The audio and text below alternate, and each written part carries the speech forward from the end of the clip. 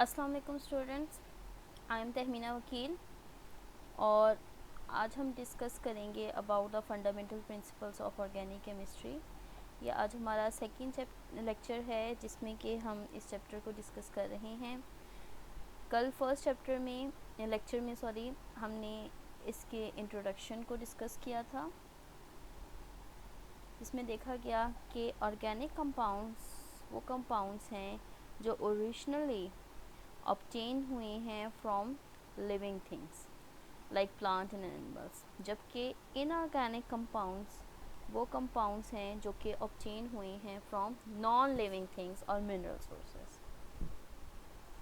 उसके बाद जो थेरी उसके बाद कहा गया कि ये ऑर्गेनिक कंपाउंड जो हैं वो सिर्फ़ और सिर्फ नेचर में सिंथेसाइज हो सकते हैं और इसके लिए एक फोर्स चाहिए विच वाज वाइटल फोर्स, और इस थेरी को हमने नाम दिया वाइटल फोर्स थेरी का, which was then rejected by Friedrich Wohler, जिसने कि urea which was an organic compound उसको उसने सिंथेसाइज किया था।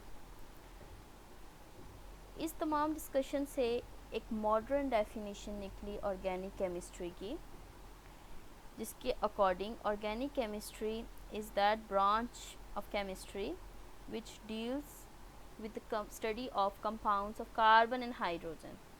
कार्बन और हाइड्रोजन को हम कहते हैं हाइड्रोकार्बन्स, ठीक है। तो हाइड्रोकार्बन्स और उनके डेरिवेटिव्स की स्टडी को हमने ऑर्गेनिक केमिस्ट्री में इंक्लूड किया। आज का हमारा लेक्चर है about some features of organic compounds, मतलब कि हमने आज करेक्टरिस्टिक्स स्टडी करनी है ऑर्गेनिक कंपाउंड्स के, जो कि उनको डिफ़र करते हैं from rest of other compounds that is inorganic compounds. So आज हम देखेंगे about characteristics of organic compound. Organic chemistry आपके पास स्टडी है हाइड्रोजन और कार्बन कंपाउंड्स की और उनके डेरिवेटिव्स की। डेरिवेटिव्स कैसे प्रोड्यूस्ड होते हैं? जब हम इसमें कोई हेटेरो एटम लाइक ऑक्सीजन और नाइट्रोजन ऐड कर देते हैं। उसके अलावा हमने वोहलर सिंथेसिस देखी, जिसमें कि यूरिया को प्रिपेयर करवाया गया था और उसके बाद जो है वो वाइटल फोर्स थ्योरी को रिजेक्ट किया गया, ठीक है। तो वोलर सिंथेसिस एक्चुअली है ही आपके पास rejection of the vital force theory. So organic chemistry आपके पास एक्चुअली स्टडी है ऑर्गेनिक कंपाउंड्स की, ठीक है। तो अब हम देखेंगे कि ऑर्गेनिक कंपाउंड्स में वो कौन से करेक्टरिस्टिक्स हैं, वो कौन सी प्रॉपर्टीज़ हैं जो कि उसको डिफ्रेंशिएट कर रही हैं। इसमें आपके पास फर्स्ट प्रॉपर्टी है about catenation.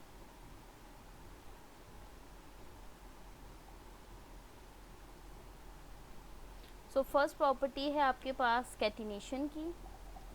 Catenation is self linking ability, मतलब कोई भी एटम है अगर वो अपने ही जैसे एटम से लिंक करेगा तो वो फिर कैटिनेशन कहलाएगी। जैसे आपके पास ए एक एटम है, अगर वो मज़ीद ए से लिंक करेगा तो स्ट्रेट चेन की फॉर्म में या इस तरह से रिंग फॉर्म में, मतलब एक क्लोज चेन बनाएं, तो ये क्या है, इसकी सेल्फ लिंकिंग एबिलिटी। अब ये स्ट्रेट चेन भी है और ये रिंग्ड स्ट्रक्चर्स भी हैं।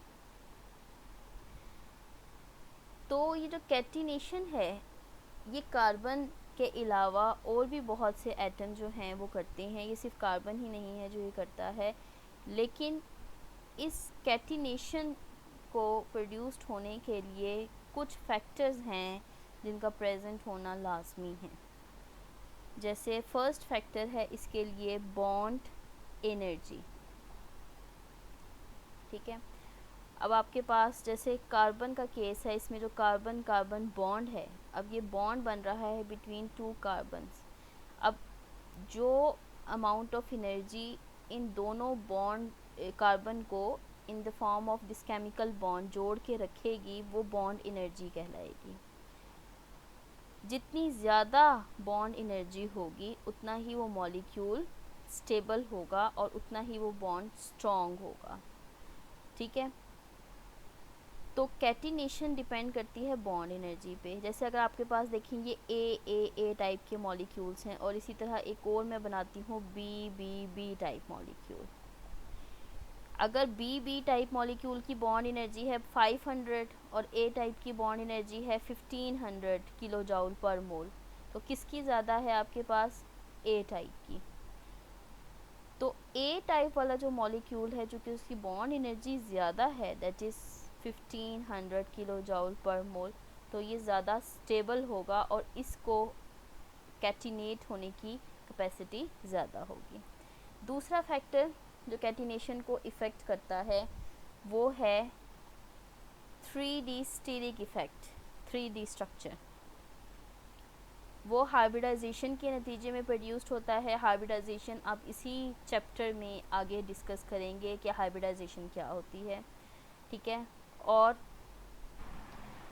थर्ड जो प्रॉपर्टी है वो है आपके पास इलेक्ट्रोनेगेटिविटी। इलेक्ट्रोनेगेटिविटी क्या होती है? किसी भी एटम की एबिलिटी होती है कि वो बॉन्डेड इलेक्ट्रॉन पेयर्स को अपनी तरफ अट्रैक्ट करे। तो जितना स्ट्रांगली अपनी तरफ अट्रैक्ट करेगा उतना ही स्ट्रॉन्ग बॉन्ड जो है वो प्रोड्यूस्ड होगा। तो ये 3 फैक्टर्स हैं, ठीक है। Bond energy, steric 3D structure and electron negativity जो कैटिनेशन को इफ़ेक्ट करती हैं। अब जिस तरह कि मैंने बताया कि सिर्फ कार्बन ही नहीं करता, ठीक है, कैटिनेट। कार्बन के अलावा और भी बहुत सारे ऐसे एलिमेंट्स हैं जो कि कैटिनेशन की प्रॉपर्टी शो करते हैं, लाइक सल्फ़र। आपको पता है कि सल्फ़र आपने मैट्रिक में पढ़ा होगा मे बी कि सल्फ़र जो है वो 3 डिफरेंट फॉर्म्स में एग्जिस्ट करता है, जिसके 3 एलोट्रॉप्स होते हैं, rhombic sulphur, monoclinic sulphur and plastic sulphur. ये 3 डिफरेंट फॉर्म्स हैं सल्फ़र की, ठीक है, जिसमें आपके पास जो है वो रोम्बिक और मोनोक्लिनिक के फॉर्म में ये S8 मॉलिक्यूल है। अब अगर हम इस सल्फ़र को हीट कर दें एट वेरी हाई टेम्परेचर, ठीक है, तो ये जो सल्फ़र S8 की जो रिंग है ये ब्रेक कर जाएगी। ये तकरीबन आई थिंक सो के ये होता है 440 450, ये टेम्परेचर है जिस पे जब हम इसको हीट करते हैं तो उस केस में इसका ये जो रिंग स्ट्रक्चर है ये ब्रेक कर जाता है, ठीक है। जब रिंग स्ट्रक्चर ब्रेक करेगा तो उस केस में आपके पास रिज़ल्ट प्रोड्यूस्ड होगा प्लास्टिक सल्फ़र।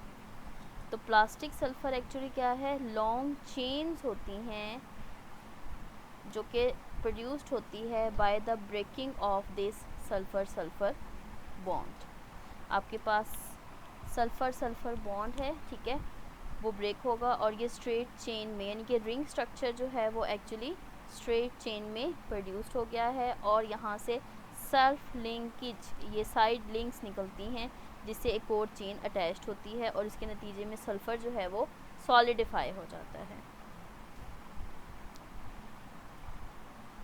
सल्फ़र के अलावा अगर हम बात करें तो silicon which is the member of carbon family, ये भी कैटिनेशन की प्रॉपर्टी शो करता है, ठीक है।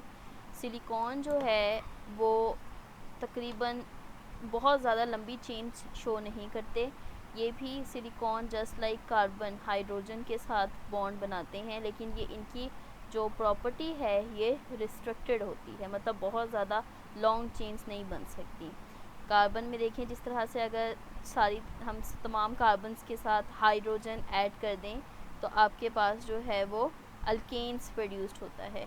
इसी तरह अगर सिलिकॉन हो और सिलिकॉन के ऊपर हाइड्रोजन ऐड कर दें तो चूँकि ये दोनों सेम मेंबर्स हैं तो अगर कार्बन के नतीजे में अल्केन प्रोड्यूस्ड हुई है तो सिलिकॉन के नतीजे में सिलेन प्रोड्यूस्ड होंगे। But this property is restricted, ठीक है, वो इसके साइज़ की वजह से, अगेन आप जैसा फैक्टर्स पीछे पढ़े थे, ये बहुत ज़्यादा लॉन्ग चेन स्ट्रक्चर्स नहीं बना सकते। ये तकरीबन 8 तक 6 8 मतलब इतनी जो सो आपके पास बहुत ज़्यादा लॉन्ग चेन्स जो हैं वो स्टेबल नहीं होती, वो इनस्टेबल होती हैं और वो ब्रेक कर जाती हैं। दे आर थर्मली अनस्टेबल, तो वो ब्रेक कर जाएंगी। इसी तरह से आपके पास सल्फ़र और सिलिकॉन के अलावा अगर फास्फोरस को देखा जाए तो फास्फोरस भी इस तरह की कैटिनेशन की प्रॉपर्टी शो करता है। लेकिन अगर हम ओवरऑल देखें कैटिनेशन को इन द पीरियोडिक टेबल, ठीक है, तो जो सबसे ज़्यादा स्टेबल कैटिनेटेड कंपाउंड्स कह लें या कैटिनेशन की प्रॉपर्टी कह लें, ये पीरियोडिक टेबल आप इस तरह से मतलब ड्रॉ कर लें, तो सबसे ज़्यादा जो स्टेबल चेन्स बनाता है, रिंग्स बनाता है, वो है कार्बन, ठीक है। और ये जो कार्बन कार्बन बॉन्ड है, it is a sigma bond, ये कोवेलेंट बॉन्ड है, सिग्मा बॉन्ड है। वैसे हमारे पास दो तरह के बॉन्ड होते हैं, ये आगे हमने फर्स्ट ईयर में पढ़े थे। एक होता है सिग्मा बॉन्ड, एक होता है pi bond. Pi bond weak होता है, सिग्मा बॉन्ड जो है वो स्ट्रॉन्ग होता है, ठीक है। तो इस केस में आपके पास कार्बन कार्बन सिंगल बॉन्ड है which is a sigma bond, तो वो स्ट्रॉन्ग बॉन्ड है विच फॉर्म स्टेबल चेन्स और स्टेबल रिंग स्ट्रक्चर्स। तो ये आपके पास थी कैटिनेशन, जिसके नतीजे में कार्बन जो है वो मिलियन ऑफ चेन स्ट्रक्चर्स बनाता है और रिंग स्ट्रक्चर बनाता है। And today millions of hydrocarbon compounds are prepared due to this property of carbon. तो ये आपके पास थी कैटिनेशन की प्रॉपर्टी।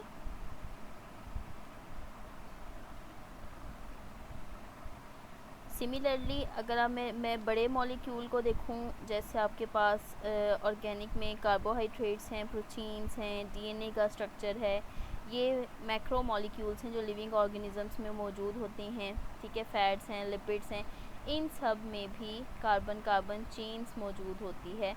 इसके अलावा अगर सिंथेटिक मटेरियल में देखें तो प्लास्टिक आ जाता है। ये तमाम के तमाम मैक्रो मॉलिक्यूल्स हैं और ये मैक्रो मॉलिक्यूल का अलग चैप्टर है, चैप्टर 14, ये उसमें हम इन तमाम को डिस्कस करेंगे।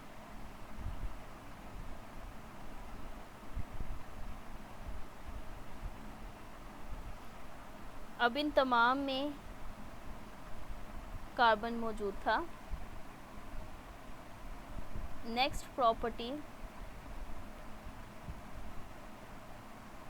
जो कि करेक्टरिस्टिक है ऑर्गेनिक कंपाउंड का, वो है इसकी बॉन्ड नेचर। अगर हम ऑर्गेनिक कंपाउंड्स में देखें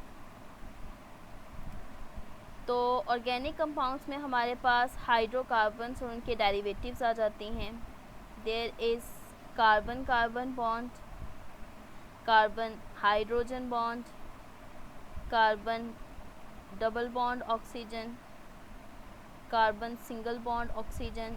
ऑक्सीजन नॉर्मली दो बॉन्ड बनाता है, तो वो एक बॉन्ड हाइड्रोजन के साथ बनाएगा OH की फॉर्म में, ठीक है।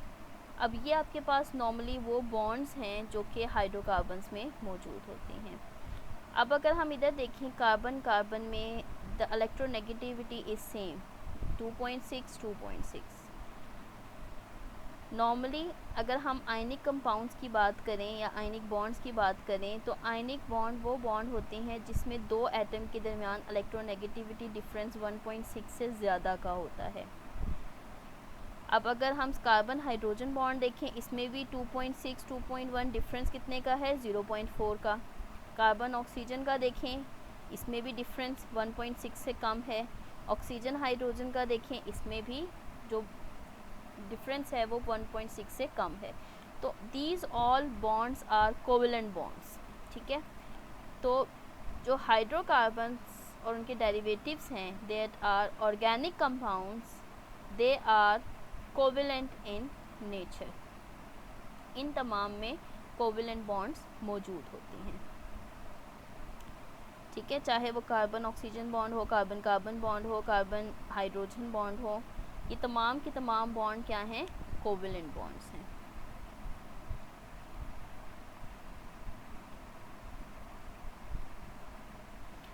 थर्ड करेक्टरिस्टिक जो ऑर्गेनिक कंपाउंड का है वो आ जाती है सिमिलैरिटी इन बिहेवियर।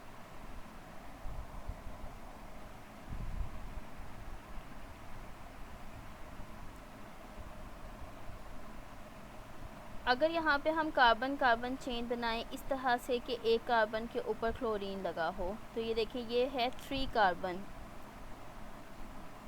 अब चूँकि 3 कार्बन चेन है और एक क्लोरीन लगा हुआ है, इसी तरह 4 कार्बन चेन बनाएं और उस पर क्लोरीन लगा दें, 5 कार्बन चेन बनाएं, क्लोरीन लगा दें।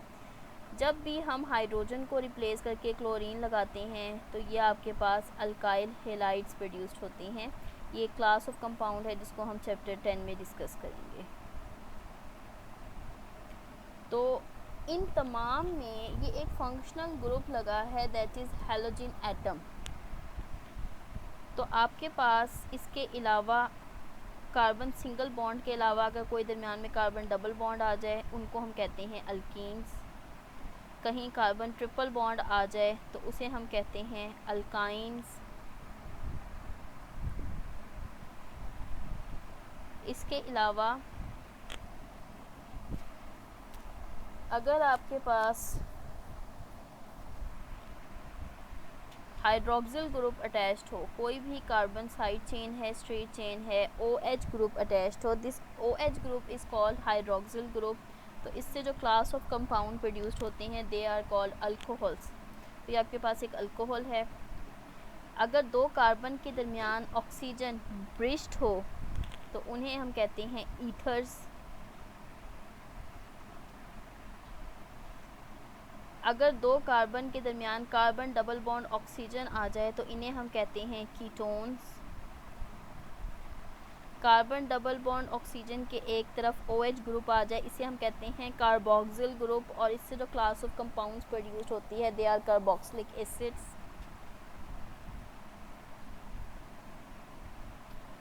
तो चाहे ये कोई भी क्लास हो, ये अल्कोहल हैं, कार्बोक्सिलिक एसिड्स हैं, कीटोन्स हैं, ईथर्स हैं, इसके अलावा जो है वो हमने भी पहले देखे थे जैसे अल्काइल हेलाइड्स हैं, अल्कीन हैं, अल्काइंस हैं, ये तमाम के तमाम different classes of organic compounds हैं और इनको हम नेक्स्ट कमिंग चैप्टर्स जो आपका पूरा पोर्शन है 8 चैप्टर्स का उसमें डिस्कस करेंगे। तो आपके पास कोई भी क्लास ऑफ कंपाउंड्स हों, ठीक है, उनमें चाहे डबल बॉन्ड्स हों, चाहे उसमें OH ग्रुप हो या इसके अलावा कोई भी इस तरह से हो, तो उससे आपके पास large group of compounds produced होते हैं, ठीक है। जैसे अगर मैं कहूँ कि एक ऐसा कंपाउंड जिसमें कि एक कार्बन डबल बॉन्ड ऑक्सीजन मौजूद हो और साथ में उसके OH मौजूद हो, तो ये कार्बोक्सिल ग्रुप कहलाता है। और इससे जो क्लास ऑफ कंपाउंड प्रोड्यूस्ड हैं they are called as carboxylic acids. ये चूँकि एसिड हैं, अगर इसे किसी भी बेस से रिएक्ट करवाएंगे तो जब एसिड और बेस का रिएक्शन होता है तो क्या प्रोड्यूस्ड होता है, सॉल्ट एंड वाटर। तो ये कार्बोक्सिलिक एसिड ये क्या है, ऑर्गेनिक एसिड। तो जब हम इसे किसी भी बेस के साथ रिएक्ट करते हैं तो हमारे पास सॉल्ट एंड वाटर प्रोड्यूस्ड होता है।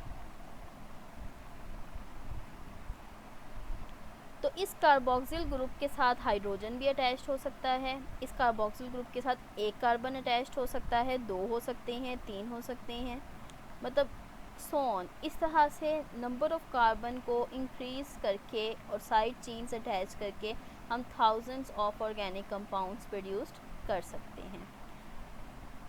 तो 1 कार्बन, फिर उसके बाद 2 कार्बन, 3 कार्बन, चूँकि इनकी प्रॉपर्टी सेम है, तमाम के तमाम कार्बोक्सिलिक एसिड सेम बिहेव कर रहे हैं, तो इन सब से हमारे पास होमोलोगस सीरीज़ प्रोड्यूस्ड होती है।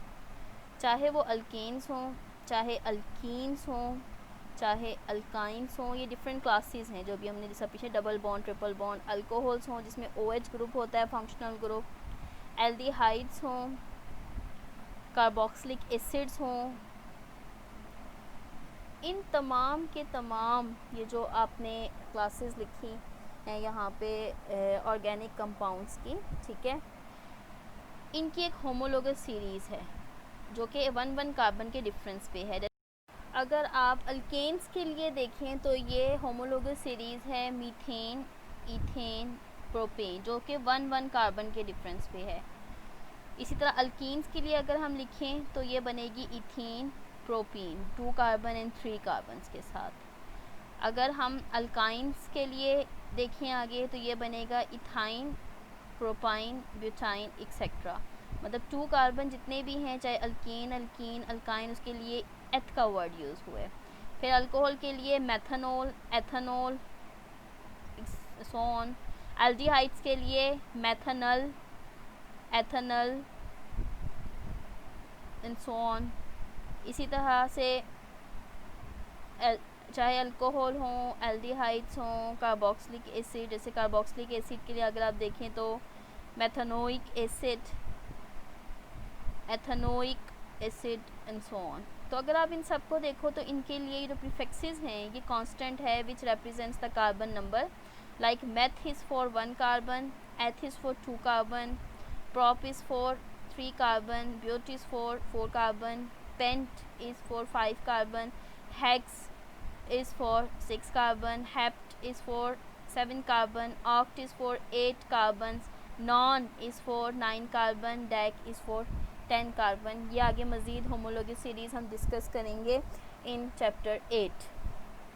तो ये जो आपने देखा सिमिलैरिटी इन बिहेवियर, ठीक है, कि तमाम के तमाम क्लासेस जो हैं उनकी एक होमोलोगस सीरीज़ होती है, ठीक है, और ये जो होमोलोगस सीरीज़ है इससे सिमिलैरिटी इन बिहेवियर को एक्सप्लेन किया जा सकता है। जो फोर्थ प्रॉपर्टी है which is the characteristic of organic compound, वो है complexity of organic compounds. Complexity किस तरह से, आपके पास देखिए ये एक सिंपल सा मॉलिक्यूल है, इसमें 1 कार्बन और 4 हाइड्रोजन है, मतलब इसमें टोटल कितने नंबर ऑफ़ एटम हैं, इसमें 5 एटम्स मौजूद हैं। अगर हम इसका एटॉमिक मास देखें तो कार्बन का होता है 12, हाइड्रोजन का 1 होता है, तो 12 + 4 ये टोटल एटॉमिक मास इसका मॉलिक्यूलर मास कितना बनेगा 16 AMU, 16 मतलब 12 + 4, तो ये इसका एटॉमिक मॉलिक्यूलर मास है। तो ये बहुत एक सिंपल सा मॉलिक्यूल है, लेकिन जो ऑर्गेनिक कंपाउंड्स होते हैं वो बहुत ही कॉम्प्लेक्स लार्ज मॉलिक्यूल्स भी बनाते हैं which are called as macro molecules. Macro molecules macro large के लिए यूज़ होता है, इसको हम, ये पूरा चैप्टर भी है आपका, इसको पढ़ेंगे चैप्टर 14 में। इसको हम पॉलीमर्स भी कहते हैं। पॉलीमर 2 लफ्ज़ों से मिलके बना है, mers mean unit, poly mean many, तो ये मैनी यूनिट्स हैं जो अपने आप को रिपीट कर रहे होते हैं इन अ मॉलिक्यूल।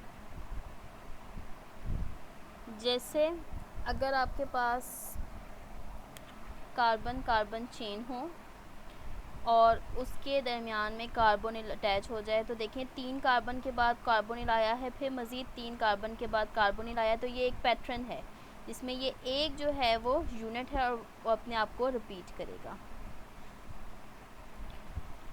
जैसे देखिए ये आपके पास एक कॉम्प्लेक्स ऑर्गेनिक मॉलिक्यूल का स्ट्रक्चर है, इसमें ये डिफरेंट यूनिट्स हैं। ये देखें, ये जिसके ऊपर ये येलो कलर का स्पॉट आ रहा है, ये डिफरेंट इसके यूनिट्स हैं। अगर हम इसको 3 डायमेंशनली ये रिप्रेजेंट करें, ठीक है, ये देखें, इसको जूम इन करें अगर हम, तो ये देखें ये इसका रिपीटिंग यूनिट है। इसमें ये जो बॉल्स नज़र आ रही हैं ये कार्बन है, ये जो रेड कलर की नज़र आ रही हैं ये ऑक्सीजन है, और ये जो ब्लू कलर की नज़र आ रही हैं ये नाइट्रोजन है। तो ये पूरे का पूरा एक कॉम्प्लेक्स स्ट्रक्चर है जो कि एक चेन की फॉर्म में क्लस्टर्स बना रहा है। तो जो ऑर्गेनिक कंपाउंड्स होते हैं वो इस तरह का कॉम्प्लेक्स स्ट्रक्चर बनाते हैं। ये देखिए ये इस तरह से एटम्स जो हैं वो कंबाइन हुए हैं, ये देखिए। सो मिलियंस ऑफ पॉलीमर जिसमें के प्रोटीन्स हैं ये कॉम्प्लेक्स स्ट्रक्चर बनाते हैं। प्रोटीन मॉलिक्यूल्स जो हैं वो तकरीबन आपके पास 10,000 तकरीबन एटम्स हैं और उसमें मिलियंस ऑफ एटम्स मौजूद होते हैं। 5th प्रॉपर्टी जो है वो है आइसोमेरिज्म। आइसो मीन सेम, मर्ज जो है वो आगे आपके पास फॉर्म के लिए, यूनिट के लिए यूज़ होता है वर्ड, ठीक है। तो आइसोमेरिज्म मीन्स के कोई ऐसा मॉलिक्यूल के जिसका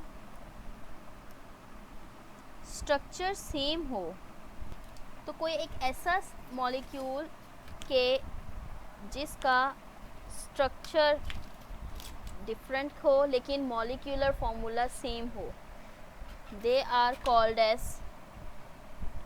आइसोमर्स। जैसे देखें यहाँ पे आपके पास है प्रोपानोल का स्ट्रक्चर, 3 कार्बन हैं और OH ग्रुप जो है वो फर्स्ट कार्बन पे अटैच्ड है। अगर हम इसको खोल के लिखें तो ये इसका स्ट्रक्चर बनेगा, जिसमें OH जो है, अगर मैं इस OH को फर्स्ट पोजीशन से उठा के सेकेंड पोजीशन पे रख दूँ तो ये आपके पास इसका आइसोमर बन जाएगा।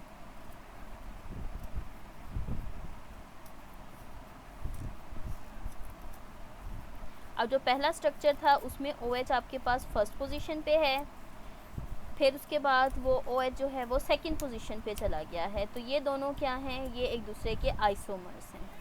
मतलब इनका मॉलिक्यूलर फॉर्मूला सेम है, नंबर ऑफ एटम्स कार्बन के भी, ऑक्सीजन के भी, हाइड्रोजन के भी सेम है, सिर्फ और सिर्फ इनकी पोजीशन, OH ग्रुप की पोजीशन जो है वो चेंज है, ठीक है।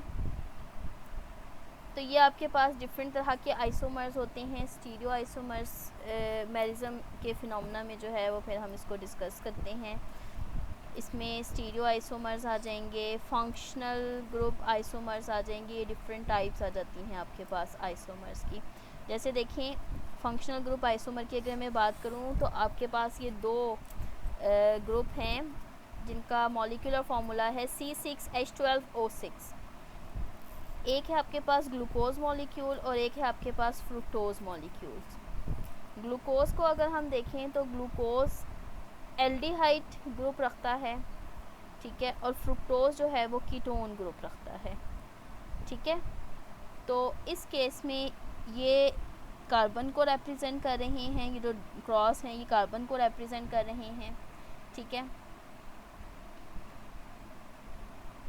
और ग्लूकोज और फ्रुक्टोज, ये जो आपके पास फर्स्ट स्ट्रक्चर है जिसमें carbon double bond oxygen centre में मौजूद है, ये फ्रुक्टोज है, ठीक है, और दूसरा ग्लूकोज है। अब इसमें अगर हम देखें तो एक में एल्डिहाइड ग्रुप है, एक में कीटोन ग्रुप है। चूँकि फंक्शनल ग्रुप डिफरेंट हैं लेकिन मॉलिक्यूलर फार्मूला सेम है, तो ये कहलाएंगे फंक्शनल ग्रुप आइसोमेरिज्म्स।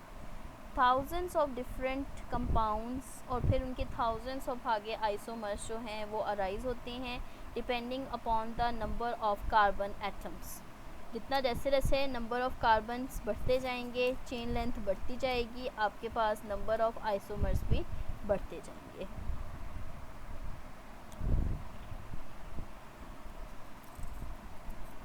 तो आइसोमर्स क्या हैं, ये पॉलीमेरिक फॉर्म में भी ज़्यादा एग्जिस्ट करते हैं, जिनका कि मॉलिक्यूलर फार्मूला बहुत बड़ा होता है और उनका स्ट्रक्चर जो है वो भी काफ़ी कॉम्प्लेक्स होता है।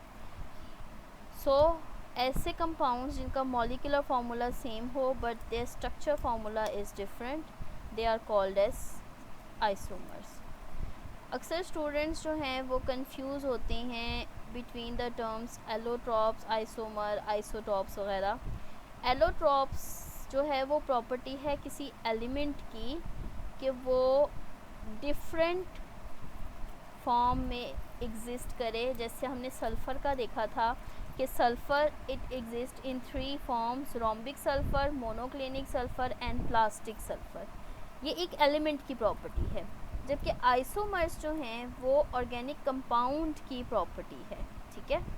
तो अगर हम आइसोमर्स को देखें तो ये क्या है, compound. Allotropes is element property, जबकि आइसोमर जो है वो कंपाउंड की प्रॉपर्टी होती है, ठीक है। उसमें हमारे पास फिर डिफरेंट टाइप के आइसोमर्स आते हैं, जैसे मैंने बताया पोजिशनल आइसोमर्स भी हैं, स्ट्रक्चर में उसमें फंक्शनल ग्रुप भी हैं, स्टीरियो भी हैं, और तीसरा है आइसोटोप। आइसोटोप आपने फर्स्ट चैप्टर में पढ़ा था, फर्स्ट ईयर में। ये भी एक एलिमेंट की प्रॉपर्टी है। आइसोटोप ये एटम की प्रॉपर्टी है जिसमें के कोई एक एटम जिसका के एटॉमिक नंबर सेम होता है but their atomic mass is different due to the number of difference in their neutrons. ठीक है, तो आपके पास डिफरेंट टर्म्स हैं। जो ऑर्गेनिक कंपाउंड्स हैं दे show the phenomena of isomerism. 6 property या 6 करेक्टरिस्टिक ऑर्गेनिक कंपाउंड के वो है rate of reaction. Rate of reaction क्या होता है कि कोई भी कंपाउंड किसी चीज़ से रिएक्ट करके स्लो रिएक्ट करता है या फास्ट रिएक्ट करता है। So rate of reaction is how slow और how fast the reaction will proceed. तो ऑर्गेनिक कंपाउंड में चूँकि कोवेलेंट बॉन्ड्स हैं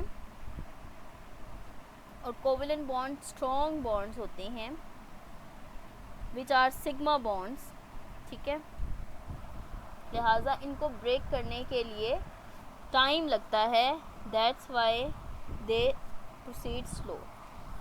7th आ जाता है आपके पास सॉलिबिलिटी। अगर हम ऑर्गेनिक कंपाउंड्स के स्ट्रक्चर को भी देखें ना स्लोनेस के लिए, तो आपके पास जो है वो मॉलिक्यूल की चेन लेंथ भी मैटर करती है इसमें। अब देखिए कि अगर आपके पास छोटे छोटे मॉलिक्यूल हैं वो तो आपस में फ़ौरन से रिएक्ट कर जाएंगे, लेकिन अगर आपके पास एक लॉन्ग चेन्स हैं जिनके बहुत दूर दूर एंड्स हैं तो उनको एक दूसरे के पास आने में और रिएक्ट करने में टाइम लगता है, तो इसकी वजह से भी रेट ऑफ रिएक्शन जो है वो स्लो होता है।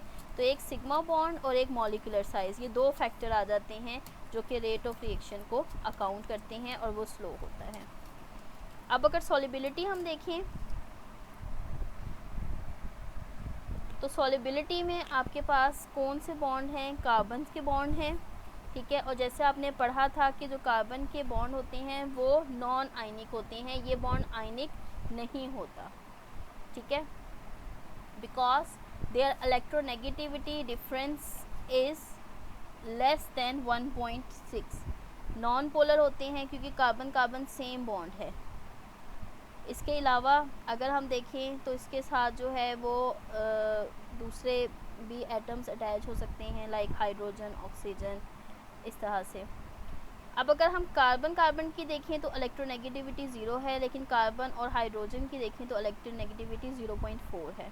तो इसमें कुछ इलेक्ट्रोनेगेटिविटी डिफरेंस है, कार्बन की ज़्यादा है और हाइड्रोजन की कम। तो कार्बन के ऊपर हल्का सा माइनस और हाइड्रोजन के ऊपर हल्का सा पॉजिटिव चार्ज आता है, जिसकी वजह से ये जो बॉन्ड पेयर है ये हल्का सा, बहुत स्लाइटली सा कार्बन की तरफ टिल्ट होगा, लेकिन ये इतना नहीं है कि हम इसे पोलर कह सकें, still it is non polar. तो हमें पता है जैसे कि सॉलिबिलिटी का रूल है लाइक डिज़ोल्व लाइक, ठीक है, कि जो आयनिक है वो पोलर सॉल्वेंट्स में डिज़ोल्व होते हैं और जो नॉन आयनिक हैं वो नॉन पोलर सॉल्वेंट्स में डिज़ोल्व होते हैं। ये दोनों OH ग्रुप एक दूसरे के साथ रिएक्ट करते हैं and they form hydrogen bond. तो ये हमारे पास बच्चों टोटल 7 प्रॉपर्टीज़ थी, 7 करेक्टरिस्टिक्स थे जो कि हमने डिस्कस किए अबाउट द ऑर्गेनिक कंपाउंड्स। तो ये देखें, ये हमारे पास 7 करेक्टरिस्टिक्स थे, बुक से मैं दिखा देती हूँ आपको। पहला था पेक्यूलियर नेचर ऑफ कार्बन, जो कि पेक्यूलियर नेचर क्या है, कैटिनेशन की प्रॉपर्टी, ठीक है। कैटिनेशन को मैंने बहुत डिटेल में एक्सप्लेन कर दिया था आपके लिए कि ये किस किस चीज़ पे डिपेंड करता है और किस किस तरह से जो है वो कार्बन ये प्रॉपर्टी शो करके ऑर्गेनिक कंपाउंड बनाता है। दूसरा आपने पढ़ा था nature of covalent compounds, covalent bond, जिसकी कि नॉन आयनिक नेचर है, जिसकी वजह से ये आयनिक रिएक्शन शो नहीं करते। तीसरा इनका था सिमिलैरिटी इन बिहेवियर, इसमें हमने बहुत डिटेल में देखा है होमोलोगस सीरीज़ के बारे में कि डिफरेंट कंपाउंड्स जो हैं वो सेम रिलेटेड सीरीज़ बनाती है, that's why they are similar in behaviour. उसके बाद आता है इसकी कॉम्प्लेक्सिटी, कि ऑर्गेनिक कंपाउंड जो हैं वो कॉम्प्लेक्स स्ट्रक्चर बनाते हैं और उनका बहुत बड़ा जो है वो साइज़ होता है और लार्ज मॉलिक्यूलर मास होता है। देन आइसोमेरिज्म, आइसोमेरिज्म जो है वो आपके पास एक फिनोमेना है जिसमें सेम मोलेकुलर फार्मूला के साथ डिफरेंट स्ट्रक्चर शो करते हैं, and this phenomena is shown by organic compounds. Then the rate of organic reaction, as they have only the covalent bond, that's why their rate of reaction is slow. And the last one is solubility, चूँकि non polar nature है, so they will be soluble in non polar solvent. इसके लिए कुछ few exceptions हैं alcohols और carboxylic acid की, but उनकी भी जो सॉलिबिलिटी है वो ड्यू टू हाइड्रोजन बॉन्डिंग है, due to the availability of similar polar groups. So this is all about the common characteristics of organic compounds. ठीक है, नेक्स्ट चैप्टर में फिर हम इंशाल्लाह डिस्कस करेंगे कि ऑर्गेनिक केमिस्ट्री की क्या इम्पोर्टेंस है हमारी लाइफ में, और ये कहाँ कहाँ पे यूज़ हो रहा है, क्यों हम ऑर्गेनिक केमिस्ट्री को डिस्कस करते हैं.